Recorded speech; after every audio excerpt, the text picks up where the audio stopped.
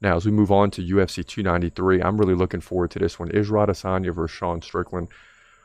Going to be a great fight. Huge. It can't be overstated enough. This is a huge opportunity for Sean Strickland. Who knows if he ever gets another title fight after this? And just when you think like a guy like Adesanya is supposed to win, this is when a guy like Sean Strickland comes in and lights him up and steals the belt. But it's not that easy against Adesanya, right? He's been there now with Pereira. That woke him up. He came back and trained his butt off and ended up KOing Alex Pereira in the second round. Amazing. And now he wanted to fight at 293. He's primed and ready to go. You know, you're training for fights. You got other guys in your team that are fighting. You want to fight. It don't matter against who. And Dricus du Plessis says, no, thank you. He turns down the fight. Are you serious? I don't care that you just fought 2.5 months ago. And I get it. You want to be in the best situation possible. But when you get a chance to fight for the title, I'm here to tell you, you got to take it. I don't care if it's next week. You got to take it. And yeah, it might be advantage Adesanya, but it's not like Dricus fought 5 rounds with Robert Whittaker. He beat him in the second. So this is a fight that Dricus du Plessis should have taken. He didn't. Advantage Sean Strickland. It's like Sean Strickland is the backup fighter who gets called up to fight. And he's fighting on a month notice, right? Less than a month's notice because he just fought not too long ago. And now he'll get, what, 2 months total between fights? It's not bad. But you got to give it to the guy. If they call you and say, hey, you want to fight Adesanya for the title? You're like, hell yeah. And now we got to fight, baby. And let's get to their prediction right now. In the middleweight division for the middleweight division title at UFC 293 in Sydney, Australia, you got Israel Adesanya coming in at 24-2. Ridiculous. Taking on Sean Strickland, who comes in at 27-5. The American gets the opportunity against Dricus du Plessis. Dricus du Plessis doesn't want it. Now, Adesanya, 3 inches taller at 6'4". He's 34. Sean Strickland, 32. Adesanya has a 4-inch reach advantage. He's a switch stance fighter, which always makes him tough to beat. Obviously, he's 24-2. Strickland fights right-handed. Activity goes to Sean Strickland, 5.9 significant strikes per minute. Adesanya, 4 significant strikes per minute. Now, in terms of the takedown game, Adesanya, non-existent. Sean Strickland likes to get a takedown, maybe 1 takedown over the course of 3 rounds. Now, the last style bender, a.k.a. Israel Adesanya, 77% takedown defense. Pretty solid there. He's coming off the win for the first time over Alex Pereira by KO. Before that, Pereira KO'd him in the 5th round. So a good back-to-back fights there for the title, where it exchanged hands and it went back to Adesanya. And you don't see that every day when a champ gets beat, that he comes back and gets a title. Before that, he beat Jared Cannonier, Robert Whittaker, Marvin Vettori. Now, on the other hand, Sean Strickland, 84% takedown defense. That won't matter. Coming off the win. Nice win over Abu Magomedov recently, right? July 1st. So just a month ago. He beat him by KO in the 2nd round. Before that, he beat Mavov by decision and lost to Jared Cannonier by split decision. See, that's a problem. In a great fight, though. Strickland outstruck him 152-141, had a takedown.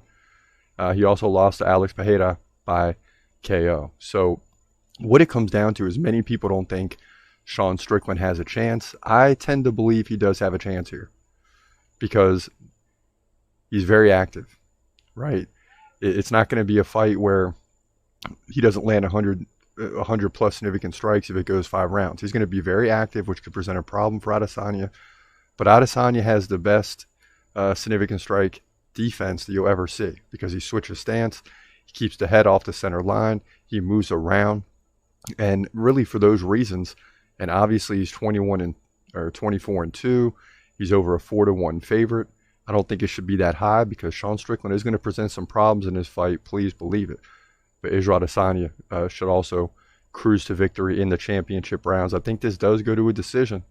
I mean, maybe Adesanya gets the KO. He's going to be pumped up after the Pereira fight, but he's also going to be careful in this fight.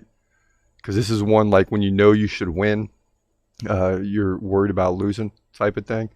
But I see Adesanya winning, getting his 25th victory, retaining the belt, and doing so by dominant, unanimous decision, like at least 3 Actually 4-1, right? 49-46 on all three judges' scorecards. Maybe there's a 48-47 in there, but Adesanya will win, in my opinion, retain the middleweight title here at UFC 293.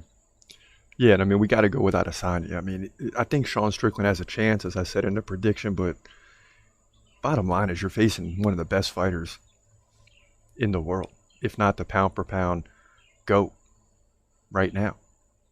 Got to put John Jones probably 1, then maybe Adesanya 2, Volkanovski 3, something like that. Those are the 3 best fighters right now in terms of where they're at in their career. Dana White was asked who were the best fighters in the world that the world wants to see, more or less. And he named 2, and it wasn't Conor McGregor. He snubbed them. He said Israel Adesanya and your boy Khamzat Chimaev. And these are the 2 fights coming up at 293 and 294. Khamzat versus Costa is going to be ridiculous. Paul Craig saying Khamzat should impose his will on Paulo Costa and finish him in under 3 rounds. And I'm leaning more towards round 1 or 2. Round 1 would be awesome, right? But it's hard to always say that that's going to happen, right? Round 2 to me is almost a given. If it goes to round 3, I'll be shocked. And if it goes to round 4, we got trouble, right? We don't want Khamzat around 4. We want to see him finish Paulo Costa early and dominate him, because in doing so, he'll be closer and closer to a title fight.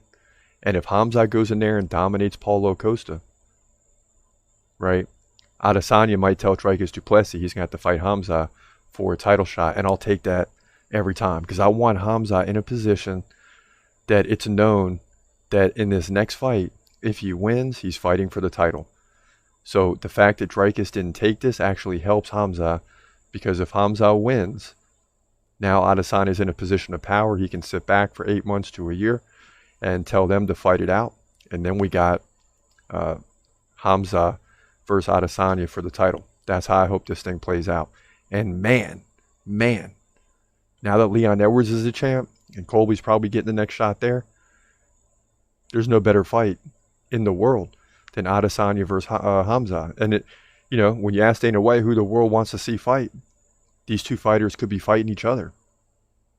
It could be one of the biggest fights of all time, just because of the magnitude, the following of Adesanya, the hype surrounding Khamzat, which I don't really believe is hype, but we'll use that word to say, you know, his name has exploded in the UFC world. People want to see this guy fight.